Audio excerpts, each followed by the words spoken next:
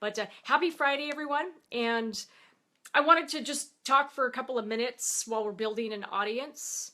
And the thing I want to talk about today is a really simple thing, and then I want to turn it over to you guys, as always, to ask me anything. And sometimes you guys have questions about a lot of stuff, and that's what we're here for.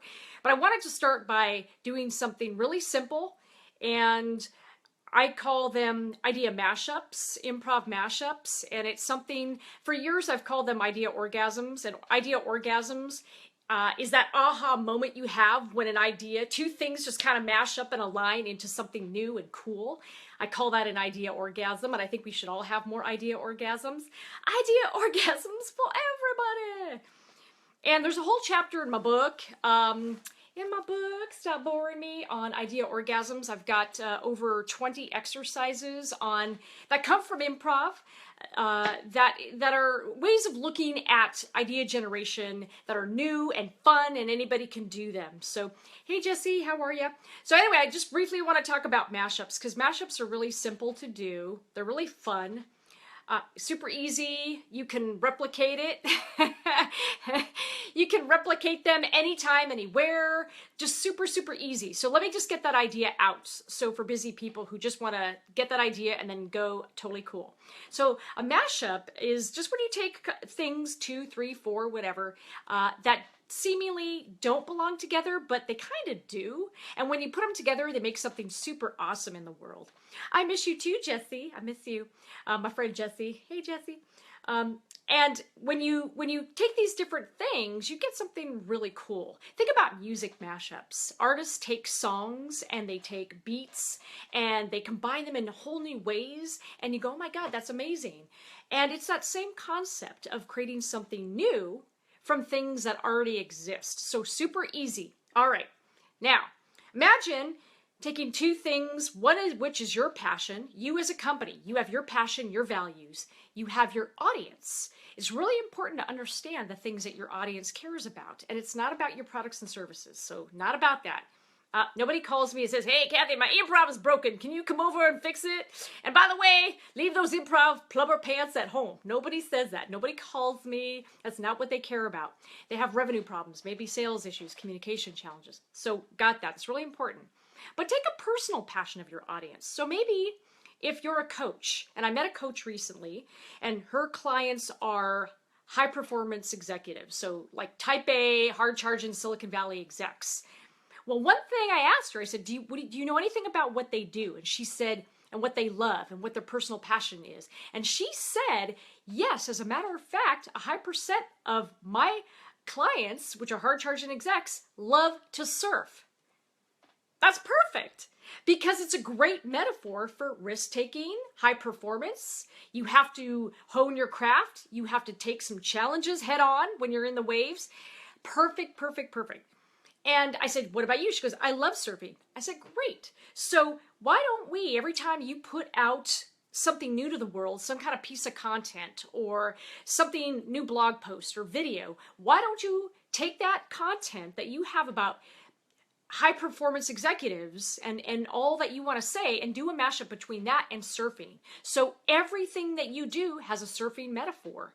And you can try other metaphors, but let's go deep on that surfing metaphor. So she created a bunch of blog posts about why coaching is like surfing and why every executive should learn how to surf, and the top 10 things that surfing can teach you about discipline and performing and commitment. And she started putting these blog posts out there, and she started getting a lot more feedback and a lot more engagement from her audience, because she tapped into something they cared about, which was surfing. And she used that as a really wonderful metaphor and way to grab hold of her audience and talk to them in language that they get, that they care about, that's relevant for them.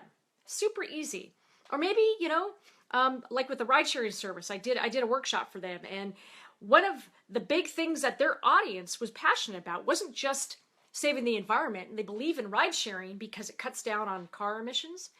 But the other thing they really, really care about is pets. In fact, a high percent of their audience has not just one pet, but 2 or 3 pets, a high percent.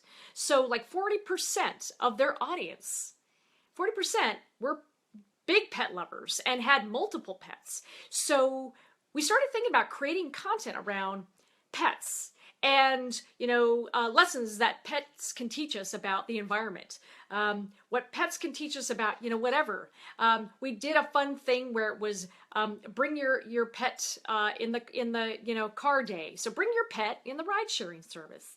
How fun would it be if we did a video about creating a service, not that you do it, but creating a service whereby instead of it's for people, what if you did one for pets? And what if you filmed it? What a funny video that would be. How fun would that be? But you're speaking to your audience in something they get, which is their love of animals and pets. So the mashup concept's really simple.